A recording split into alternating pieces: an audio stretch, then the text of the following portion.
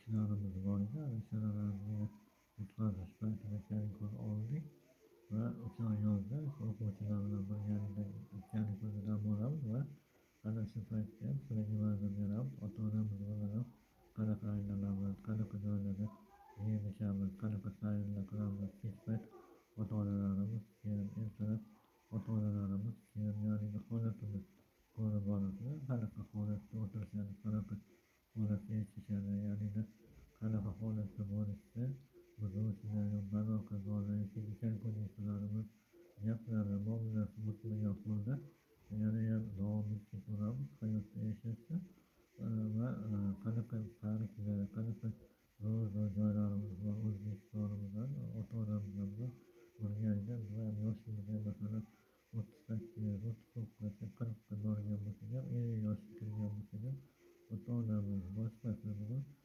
yaqin imkonlarimizdan bilan birgalikda sayr qilganlarimizni sekin-sekin tomosha qilasiz. Kalkulyatorlarimizga bitta kalkulyatorlarimiz bor.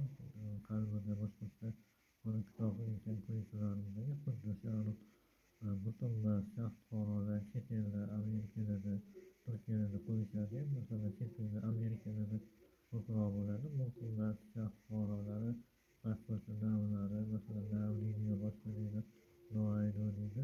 Ana shunaqa masalan drink go deganlarini qo'llasligini taklif qilamiz va tinch hayotimizdagi militsiya xizmatchilari yoki boshqa xizmat turidagi shaxs fuqarolarni qo'shmasdan hamma o'zini yo'lida hayotimizni yashab davom etsak, albatta ota-onamizdan umri yanayam uzoq bo'ladi. Masalan, 60 yosh bo'lishsa 70ga to'lishadi, 70 yosh bo'lishsa 80ga to'lishadi. Unaqa 90, 100ga chiqib ketishmasa ham yoshlik katta bo'lganda ham o'sha 50, 60, 100 yosh, 100 yosh bo'lishguncha faqatgina yoshimiz katta bo'lguncha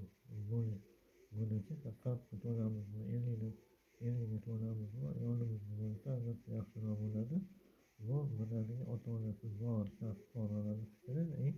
Yana Toshkentdagi kalkulyatorlarimiz, oilamiz ichimizda kalkulyatorlarimizga gaplar e'tibor bermagan holda ota-onamiz bilan birgalikda o'tirib ertalab, peshinda, kechqurun muomalada suhbatda bo'lsak, albatta besh bahoga o'qiganligimizni o'qib oldingiz va barcha kelajakdagi mehnatlarni sifatida masalan samarasi, boshqasi yoki kelajakda nima orzu qilishimizni o'shalarni birgalikda ota-onamiz o'zidan ko'radi va ota-onamiz so'radi. Albatta ota-onamiz ko'rsatsa shunaqa uyda masalan sharoitimizga 100% bo'lsa ham masalan televizorimizda yoki boshqa narsalarda sal bayram ko'rsatsa, boshqa ko'rsatsa siyosatga chalg'imagan holda ota-onamizni tanlab birgalikda hayot kechiruvchi qanaqasini o'tkazishda faqatgina